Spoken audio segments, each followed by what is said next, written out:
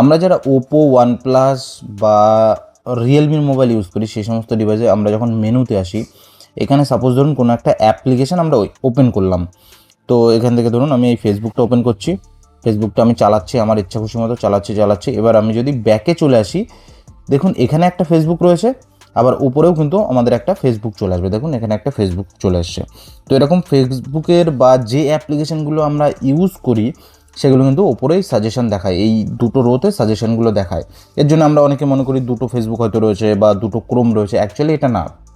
Actually হলো আমরা যে অ্যাপগুলো ইউজ করি সেগুলো কিন্তু ফ্রিকুয়েন্টলি এখানে একটা সাজেশন হিসেবে দেখায়।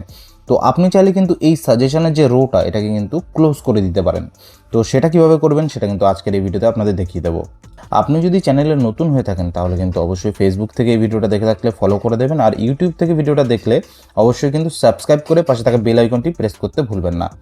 এই যে রোটা রয়েছে এই রোটাকে ডিলিট করার জন্য আমাদের কী করতে হবে, এর জন্য আমাদের এই যে তিনটে ডট রয়েছে এখানে আমাদের একবার ক্লিক করতে হবে। ক্লিক করার পরে এখানে দেখুন সেটিংস নামে একটা অপশান রয়েছে, এর উপরে ট্যাপ করুন।